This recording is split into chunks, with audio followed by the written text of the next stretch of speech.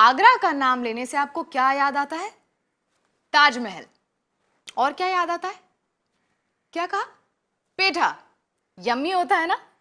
पर क्या आपको पता है कि मुंह मीठा करने के अलावा पेठे के कई फायदे होते हैं, और यही आज हमें बताएंगी डॉक्टर शिखा शर्मा।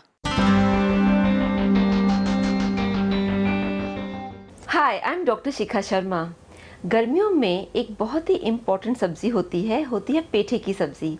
इसके क्या फ़ायदे हैं और क्यों आपको इसको कंज्यूम करना चाहिए, इसके बारे में आज बात करेंगे। पेठा एक ऐसी सब्जी है जो माना जाता है कि ये पेट को ठंडा रखती है।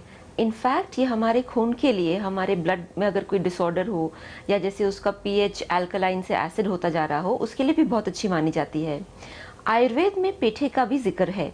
ये माना जाता है कि अगर कोई सफ़र कर रहा हो, जैसे नोज़ ब्लीड या फिर किसी को जैसे पाइल्स की शिकायत हो, और ख़ासकर गर्मियों में नोज़ ब्लीड बढ़ जाता है और पाइल्स की शिकायत भी बढ़ जाती है, तो उस केस में पेठे का रस सुबह उठ के खाली पेट कंज्यूम करना चाहिए। पेठे का रस पेट के लिए भी ठंडा माना जाता है और लिवर और आपके ब्लड के लिए भी अच्छा माना जाता है। तो कुछ लिवर डिसऑर्डर्स जैसे कि जॉन्डिस है, उसमें भी पेठे का रस दिया जाता है उसको क्योर करने के लिए।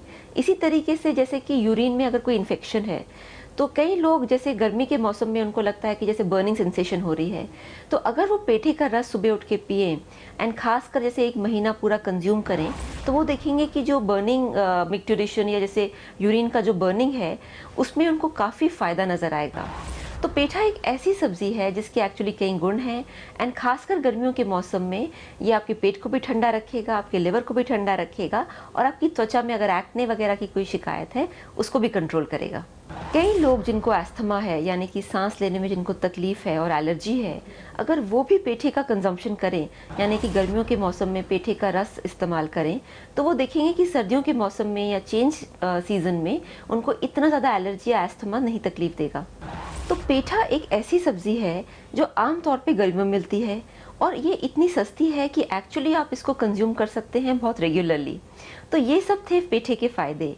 मैं आशा करती हूँ कि आप भी इसे इस्तेमाल करेंगे और इसका फ़ायदा उठाएंगे।